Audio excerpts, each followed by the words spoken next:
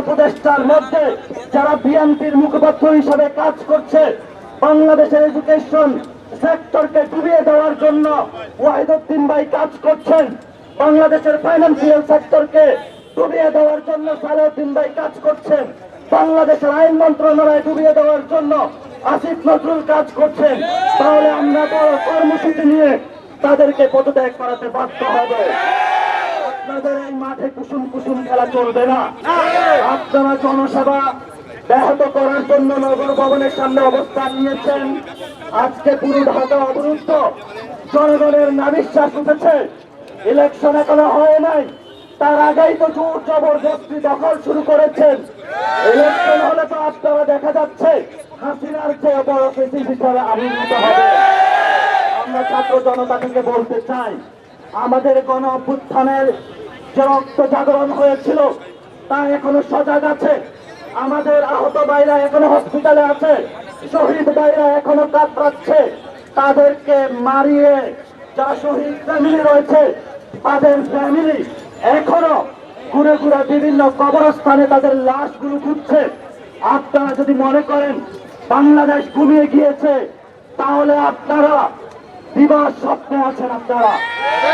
আপনাদেরকে আমরা হুঁশিয়ার করে উচ্চারণ করতে চাই, জনগণকে দুর্ভোগ সৃষ্টি থেকে নিজেদেরকে গণতান্ত্রিক প্রক্রিয়ায় ফেরত আনেন।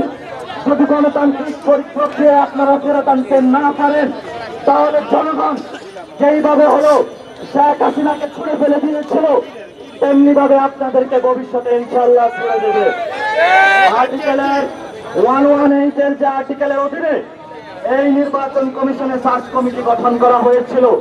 প্রথম সার্চ কমিটির প্রস্তাবনা যেটা করেছিল সেটা জিয়াউর রহমান করেছিল, এবং পরবর্তীতে আরেকটি সার্চ কমিটি যেটা আওয়ামী ফ্যাসিস্ট আমলে হয়েছিল, সে একই সাংবিধানিক ধারাবাহিকতায়, যেই সংবিধানটা একটা মুজিবীয় সংবিধান, সেই সংবিধানের মধ্য দিয়ে শহীদ আহতদের রক্তের উপর দিয়ে ইসি যদি পুনর্গঠন না হয়, বাংলাদেশে কোন ইলেকশন জাতীয় নাগরিক পার্টি করতে দেবে না।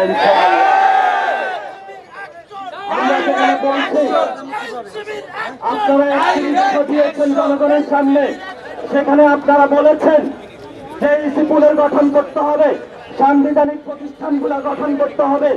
আপনাদের প্রথম থেকে শুরু করে যদি আমরা 7 নম্বর সংস্কার কর্মসূচিতে যাই, সেখানে আপনারা ইসি আইনের পরিবর্তনের কথা বলেছেন, কিন্তু যখন ইসি পুনর্গঠন করার পূর্বে একটি সাজানো গুছানো সার্চ কমিটির মাধ্যমে আপনারা আপনাদের লোকগুলো বসিয়ে দিয়েছেন, তখন আপনারা আপনাদের সংস্কার কার্যক্রমের 31 দফা বলে গিয়েছেন।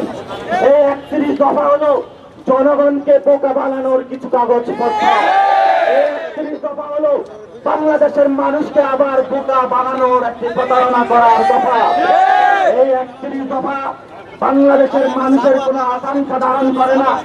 এই যে ইসি গঠন করা হয়েছে আমাদের পিছনে, এটা কোনো সাংবিধানিক প্রতিষ্ঠান হিসাবে এখন এক্সিস্ট করে না। এটা বিএনপির একটি দলীয় কার্যালয় হিসাবে, এটা বিএনপির একটি মুখপাত্র হিসাবে আবির্ভূত হয়েছে।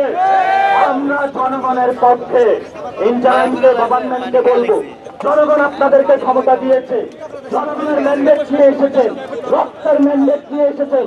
রক্তের ম্যান্ডেটে বসে আপনারা বিএনপির পক্ষে কাজ করতে পারেন না।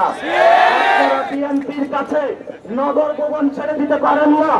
আপনারা বিএনপির কাছে দলীয় কার্যালয় হিসেবে ইলেকশন কমিশন ছেড়ে দিতে পারেন না।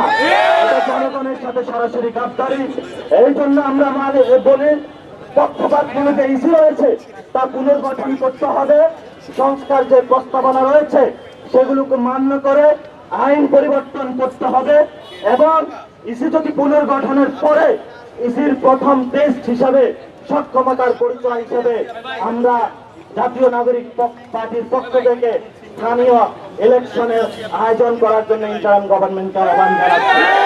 এই স্থানীয় ইলেকশনের মধ্য দিয়ে বাংলাদেশের বর্তমানে যে সমস্যাগুলো রয়েছে, বিভিন্ন জায়গায় মানুষ হাহাকার করে ঘুরে বেড়াচ্ছে, এনআইডি সার্টিফিকেট পাচ্ছে না, বিভিন্ন জায়গায় স্থানীয় সার্ভিস গুলো পাচ্ছে না, বিভিন্ন জায়গায় মানুষ তাদের দালাল চক্রের মাধ্যমে যে অফিসগুলো বিএনপি এখন দখল দিয়ে তাদের দলীয় কার্যালয় হিসাবে সরকারি অফিসগুলো দখল দিয়ে বিভিন্ন মানুষের যে সেবাগুলো রয়েছে তারা দলীয় টেন্ডারে এখন তারা বিক্রি করছে।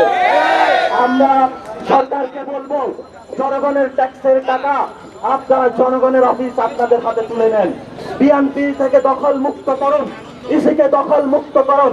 যদি আপনারা না করতে পারেন তাহলে উপদেষ্টা প্যানেলে যারা বিএনপির রয়েছে তাদেরকে আপনারা দ্রুত গতিতে বের করে দেন।